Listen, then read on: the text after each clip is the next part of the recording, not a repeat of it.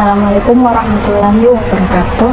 Perkenalkan, nama saya Zaskia Karima dengan NIM 2501010101024 dari program studi Sistem Informasi. Berdasarkan mata kuliah Organisasi dan Arsitektur Komputer, di sini saya akan membahas mengenai buku yang kelompok saya ambil yang berjudul Organisasi dan Perencanaan Arsitektur Komputer.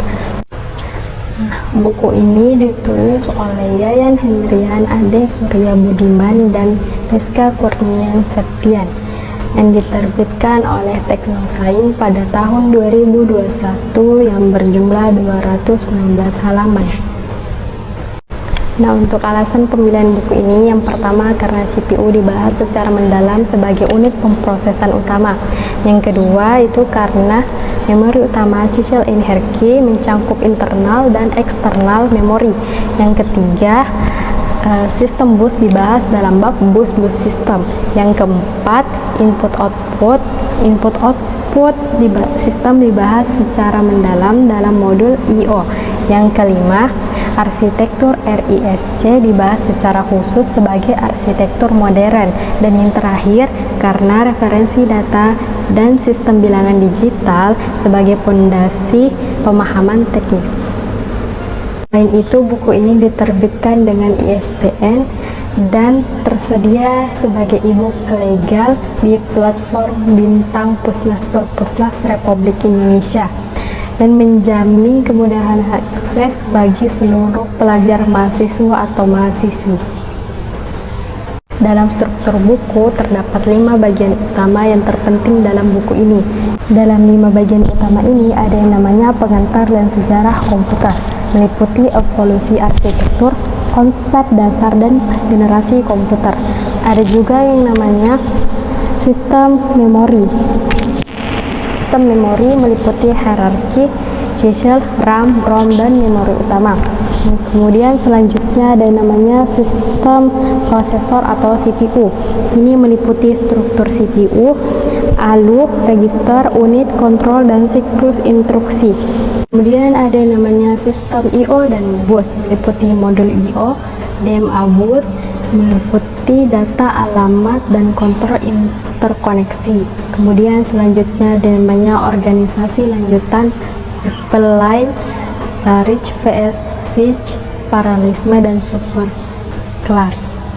Ini membahas secara mendalam bagaimana itu komputer dirancang dan bekerja secara internal, mulai dari arsitektur set instruktif, ISA, organisasi prosesor, hierarki, memori, hingga sistem I/O, sehingga menjadi jembatan antara teori digital dan implementasi nyata sistem komputer modern. Membahas mengenai konsep-konsep dalam buku ini, ada yang namanya CPU.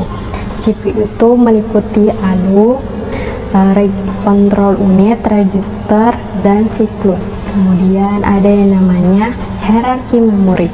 Hierarki memori ini meliputi register, Cecil, RAM, dan SSD. Selanjutnya ada yang namanya sistem bus dan I/O.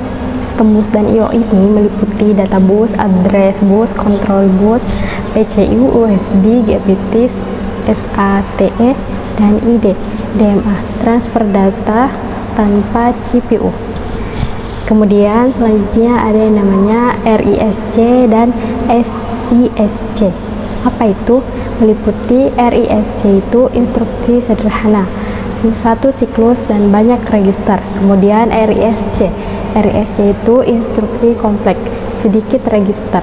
Yang ketiga modern, yaitu menggunakan MISCO OPS seperti RISC. Membahas kekuatan dan kelemahan dari buku ini. Yang pertama, untuk kekuatan dari buku ini yaitu cangkupannya luas, memiliki 12 bab mulai dari dasar hingga RISC. Kemudian menggunakan bahasa Indonesia yang mudah dipahami. Selanjutnya membahas topik-topik yang wajib dalam mata kuliah ini. Diterbitkan resmi secara ISBN dengan kredibel. Kemudian tersedia sebagai e-book legal di platform Perpusnas Republik Indonesia. Selanjutnya sistematika terstruktur dari konsep hingga dasar kelanjutannya. Dan untuk kelemahan dari buku ini karena masih minim ilustrasi atau visual yang menggambarkan materi tersebut. Kemudian selanjutnya belum mencangkup perkembangan arsitektur terbaru karena buku ini diterbitkan pada 2021. Beberapa bab terlalu ringkas untuk materi yang kompleks. Tidak adanya soal latihan atau studi kasus pada tiap bab.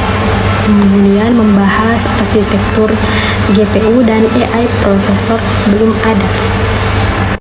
Nah, yang terakhir untuk kesimpulan dari presentasi ini yaitu buku organisasi dan perancangan arsitektur komputer itu merupakan referensi yang sangat relevan dan komprehensi untuk mata kuliah ini dengan 12 bab yang mencangkup seluruh topik utama mulai dari CPU, memori, I/O hingga RISC. Buku ini menjadi sumber belajar yang efisiensi dan terpercaya untuk pelajar atau mahasiswi mata kuliah ini. Terima kasih. Assalamualaikum warahmatullahi wabarakatuh.